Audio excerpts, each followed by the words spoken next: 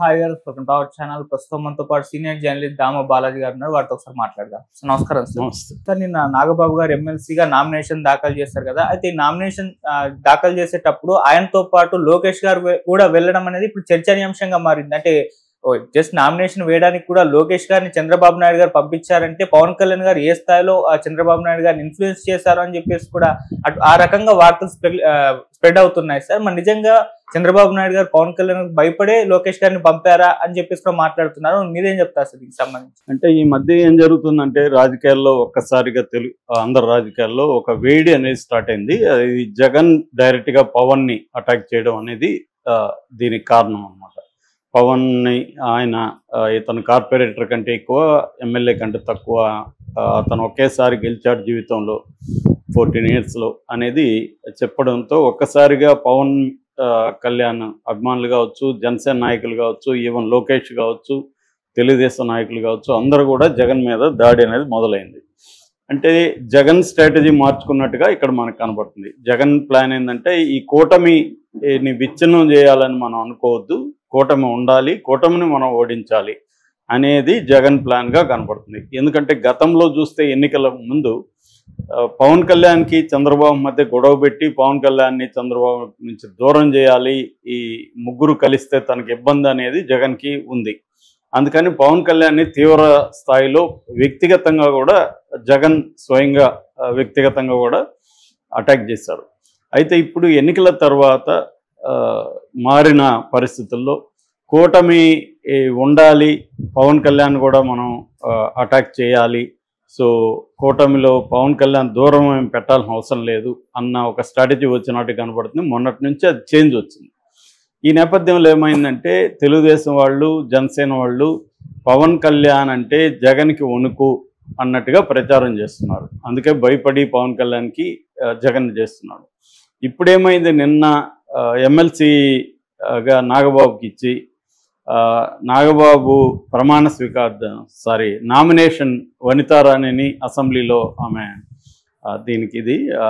ఆమె దగ్గరికి వెళ్ళి నామినేషన్ వేస్తున్నప్పుడు లోకేష్ వెళ్ళాడు, తర్వాత పల్లం శ్రీనివాసులు తెలుగుదేశం అధ్యక్షుడు, తెలుగుదేశం నుంచి వీళ్ళిద్దరు వెళ్ళారు, జనసేన నుంచి ముగ్గురు, నాదెండ్ల మనోహర్ వెళ్ళాడు, కొనతల రామకృష్ణ వెళ్ళాడు, బొల్లిశెట్టి శ్రీనివాస్ వెళ్ళారు, బీజేపీ నుంచి విష్ణుకుమార్ రాజు వెళ్ళారు. సో ఎంతమంది రంగంలో దిగాల్సినంత స్థాయి ఉందా నాగబాబు కంటే? అంటే ముఖ్యంగా లోకేష్ వెళ్ళాలా? ఒక రకంగా లోకేష్ డిఫాక్టో ముఖ్యమంత్రి ఇవాళ.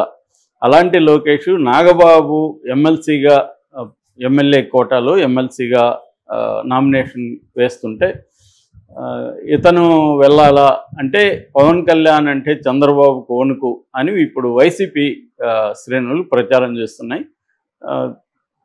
మామూలుగా అయితే ఖచ్చితంగా పవన్ కళ్యాణ్కి ఇంపార్టెన్స్ అనేది చంద్రబాబు ఆప్టిక్స్ అంటారు రాజకీయాల్లో. ఆప్టిక్స్ అంటే ఒక సింబాలిక్ జెస్చర్, బయటికి కనబడేది. నిజంగా ఇవ్వాల్సిన చోట చంద్రబాబు ఇవ్వడం.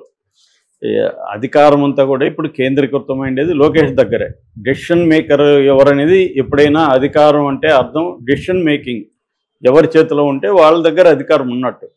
అలాగే లోకేష్ డెసిషన్ మేకర్ అనేక విషయాల్లో, పవన్ కళ్యాణ్ కాదు.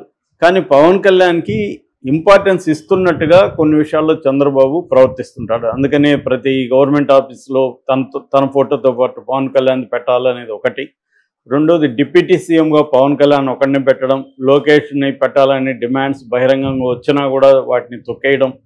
సో ఇవన్నీ ఏంటంటే పవన్ కళ్యాణ్కి సింబాలిక్గా ఆప్టిక్స్ పరంగా పవన్ కళ్యాణ్కి ఇంపార్టెన్స్ ఇస్తున్నట్టుగా చంద్రబాబు చూపించడం అనేది చంద్రబాబుకు అవసరం. ఎందుకంటే చంద్రబాబుకి ఇప్పటికి కూడా ఇటు బీజేపీతో కానీ పవన్ కళ్యాణ్తో కానీ పొత్తు లేకుండా ఒంటరిగా జగన్ మీద పోటీ చేయడం అనేది చంద్రబాబుకి ఇష్టం లేదు. ఎందుకంటే నమ్మకం లేదు, తను ఒంటరిగా పోటీ చేస్తే ఎప్పటికీ ఇప్పటివరకు ఆయన రాజకీయ జీవితంలో ఒంటరిగా పోటీ చేసి గెలిచిన చరిత్ర చంద్రబాబుకి లేదు.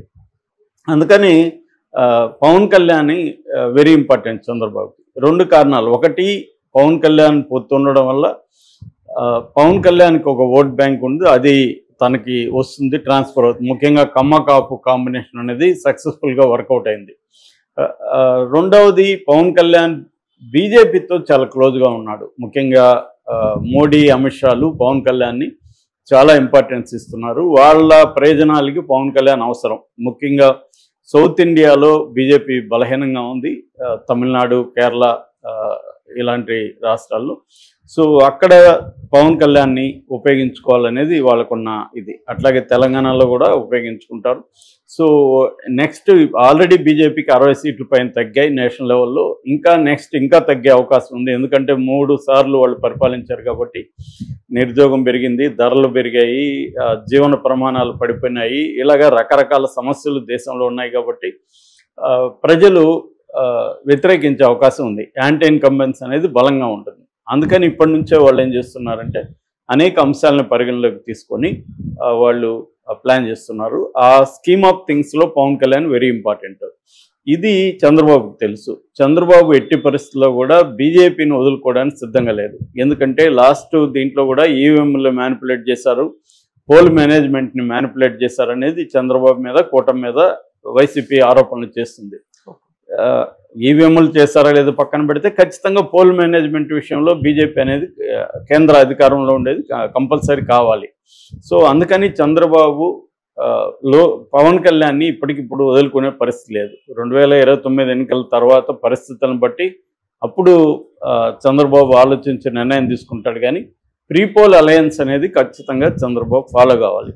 అందుకని పవన్ కళ్యాణ్కి ఆప్టికల్గా ఇంపార్టెన్స్ ఇస్తున్నట్టు, సింబాలికల్గా ఇంపార్టెన్స్ ఇస్తున్నట్టు చూపించడం అనేది చంద్రబాబుకి అవసరం.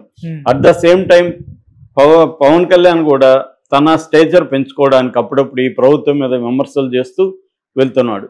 అంటే ఎక్కడికక్కడ వాళ్ళిద్దరి మధ్య ఘర్షణ ఐక్యత అంటారు డైలెక్టిక్స్లో. అలాగా ఘర్షణ ఐక్యత అనేది ఇద్దరి మధ్య ఉంది.